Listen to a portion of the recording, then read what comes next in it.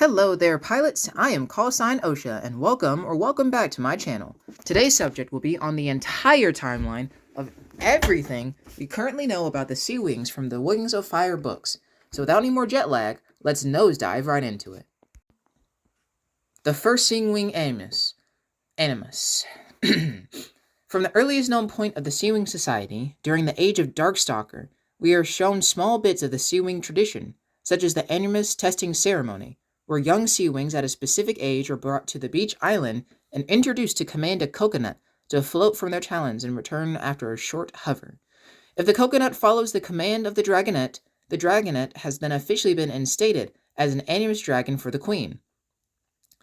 The Talons of Power ceremony is held as a safety precaution to keep any accidental animus related mishaps from happening, especially after the discovery of the first seawing animus, Prince Albatross, who accidentally enchanted a clam to bite off all of his sister's claws. After some years since the incident, the trio still had not discovered any new seawing animus dragons, until Fathom, Albatross's grandson, was finally revealed to be the second known seawing animus.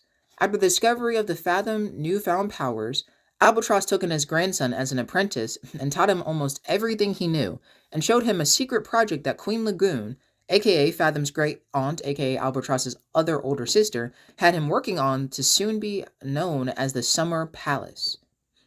The Royal Seawing Massacre.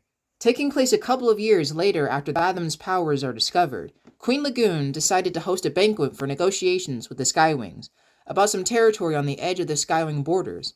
So Princess Sunset of the Skywings, an eagle and ambassador, and when you know it, also of the Skywings. Albatross was supposed to be at the banquet as well, but had arrived late as Queen Lagoon was talking to the Skywing princess and ambassador, Albatross. Albatross then stabbed his sister with a knife, and of course she died. The two Skywings then tried to fly away, but Albatross quickly enchanted the blade, to kill both of them, and knock them from the sky. The beach erupted into a panic, dragons fleeing for the water, and few were staying back to try and fight Albatross, unfortunately to their demise.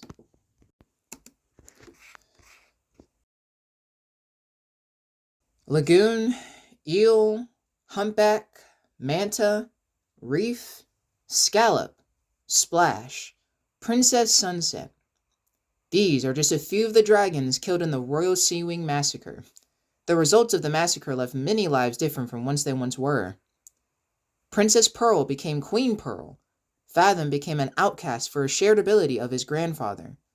And Current, forever emotionally scarred by his grandfather's unfathomable actions. Scars don't heal in salt water. After the events of the Royal Sandwing Massacre, there was a noticeable disdain towards Fathom for almost everyone. This disdain was understandable, but Fathom wasn't the one who deserved it. After all, he was more of a victim in the case of the massacre than most that gave him those glares. He had lost his father, his mother, cousins, uncles, and others, but he understood their anger and accepted it.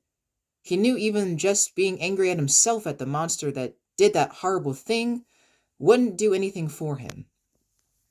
After the death of Queen Lagoon, someone had to step up and take her place as queen, and the only candidate for that was of course Pearl, but in such a situation that her rise to power took place in it was a stressful time for her. With the river of blood of Princess Sunset on her talons, she of course had to have some sort of deal with the likely mourning Skywing Queen by offering her tribute and removal of all Sandwings from Skywing territory, and no longer any passage through said territories. When all was said and done, the Skywing promised the Seawings that the word of the massacre would not get out, in order to keep the Seawing state of vulnerability from being exploited. Sometime after the negotiations of the Seawings and Skywing, in the faraway land of the Night Kingdom, Fathom and Pearl's cousin Current was found alive, cowering in a cave by a pair of Nightwings. When brought back to the Kingdom of the Sea, he had reports of an animus in the Night Kingdom, who was using his powers in a callous manner. Queen Pearl felt that it was imperative to stop this mysterious animus user before repetition of the Royal Seawing Massacre could occur, so she organized a group of guards to go with Fathom and convince the animus dragon to not use his powers. The Royal Seawing Egg Plot.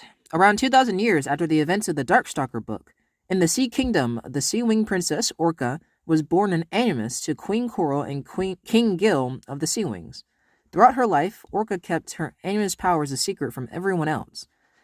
Eventually, she would challenge her mother for the throne. Ultimately, she lost the fight and was killed by Coral. But before Orca had challenged her mother, she enchanted a statue that protected the Royal Seawing hatchery to kill any of Queen Coral's potential heirs while she was still in the egg. Yeesh, brutal. Some years later, during the Sandwing War, a succession of one of Queen Coral's eggs is stolen by Webs, a deserter of Queen Coral's army, and now Talons of Peace member for the Dragonette prophecy. 6 years later, that same egg, now a dragonette named Tsunami, comes back to the Summer Palace along with the rest of the Dragonettes of Destiny, who all work together and single-handedly solve the mystery of who has been killing the Queen's eggs. The Summer Palace was then burned down to the ground by invading Mudwing forces. And that was the majority of the history of the Seawings. Sure, there are a couple gaps, but that is likely to be something for future videos. But as always, pilots, see you soon.